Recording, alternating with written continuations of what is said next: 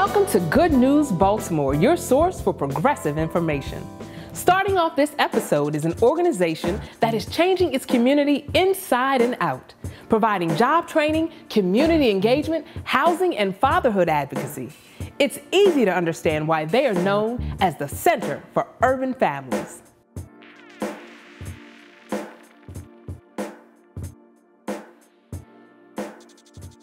The vision for the Center for Urban Family is a part of my journey. You know, I'm a firm believer that fate often determines your destiny, but it's your faith that helps you endure the journey. What happens at the Center for Urban Families? We propel people to the stage in their life that empowers them to change it. All of our programs help people understand that life is not about what you've done, but it's about what you're going to do. I did a lot. Storage time.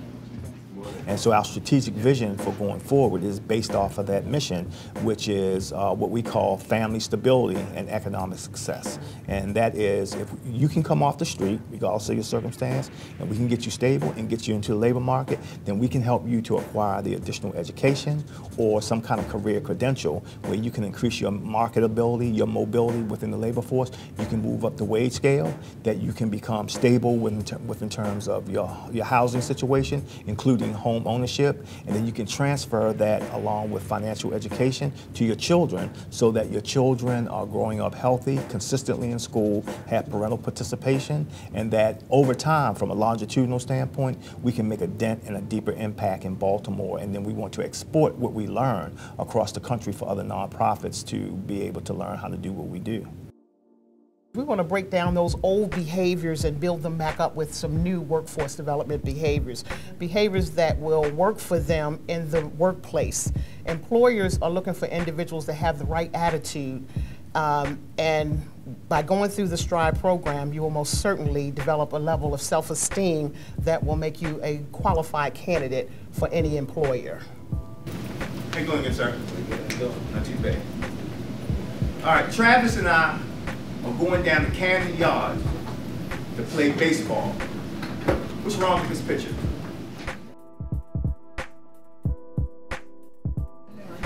What happened? What happened? Okay, so why didn't you do that ahead of time? If you could do it in 15 minutes, why didn't you do it from the beginning? Congratulations. That was on me. I take full responsibility on that shit for the game. So you ready to play the game all day, every day, just like this? Good, sit down. You're gonna give me a 500-word essay too on proper attire. Need that by Monday, 8:30. Thank you. No problem. Those who are not ready come back and do it again. So there's no easy passes. You know, we've had people do the cohort for as much as 3 or 4 times. The cohort in and of itself is based on attrition and competition. These kinds of things set many inner city men in a class by themselves. While we can see many of these practices and how men present themselves and how they act, some of them are thinking patterns that set a man up for self-defeat. This curriculum was developed in-house with Center for Urban Families in partnership with Columbia University. Each cohort topics consist of responsibility of fatherhood, where we address all your child support barriers, needs, resources, and any other issues that you may have on an individual basis that can help you move forward with being a better manager of your child support case and having more awareness on how and where to go to address these issues to move forward, especially when you gain employment.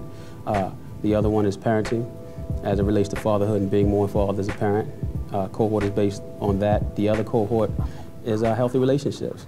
It's interesting that when we work with folks who come into the center and they have multiple barriers, you know, from child support, from substandard housing, in some cases being homeless, to substance abuse, to having been in the criminal justice system. They paid their debt to society, but they come out and now they got a criminal record, which makes it exceedingly hard for them to get employment versus somebody who doesn't have a criminal record. And in an economy that's still depressed, it makes it 10 times harder for them to get a job. So a part of what we are obligated to do is look at policy issues that prevent our people from being successful beyond what they can do in a program, right? There are certain things that you cannot program your way out of, right? And so you have to have a lens towards policy advocacy, and you can't do that in a vacuum. We have 3 zip codes in our immediate area, 21215, 21216, and 21217, with 21217 being where our building is located.